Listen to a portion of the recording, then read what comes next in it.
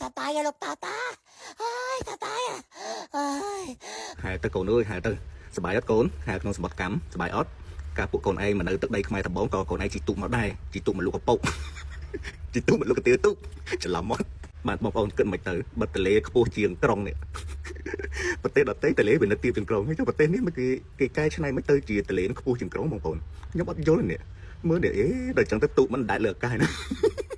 គេធ្វើពិធីអុំទុកដែរមិនដើម្បីឲ្យអ្នកមើលនឹងស្រួលមើលមិនបានជាគេកែច្នៃមិនទៅជាតលេខ្ពស់ជាងក្រុងខ្ញុំអត់យល់មកតែចឹងស្រួលមើលមែនទែនទុកនឹងវាដែរលើអាកាសឡើងប្រងពេកបាទនេះគឺជារូបភាពនៅទលេចៅប្រយ៉ាបាទនៅឯវត្តអរុណណាបាទអញ្ចឹងហើយ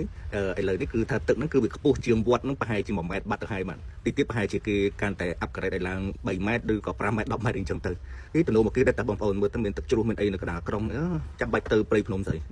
បាទប្រទេសដទៃដែលគេរីកចម្រើនខ្លាំងដែលគេមានបច្ចេកវិទ្យាខ្ពស់យ៉ាងណាក៏ដោយក៏គេមិនទាន់ឃើញវិធីដែលធ្វើឲ្យទលេខ្ពស់ជាងក្រុងដែរប្រទេសសៀមកប៉ែតលែកនេះវាចេះរកវិធីមិនធ្វើឲ្យទលេឡើងខ្ពស់ជាងក្រុងបងប្អូនខ្ពស់ជាងមែនទែនណាបាទហើយបើសិនជា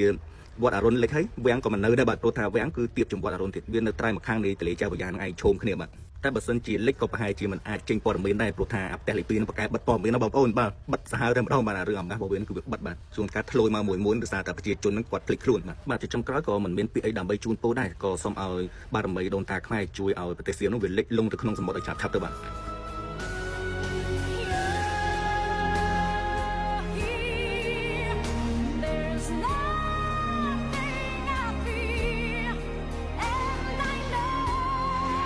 炎のように燃えようよ恋をするなら愛するならば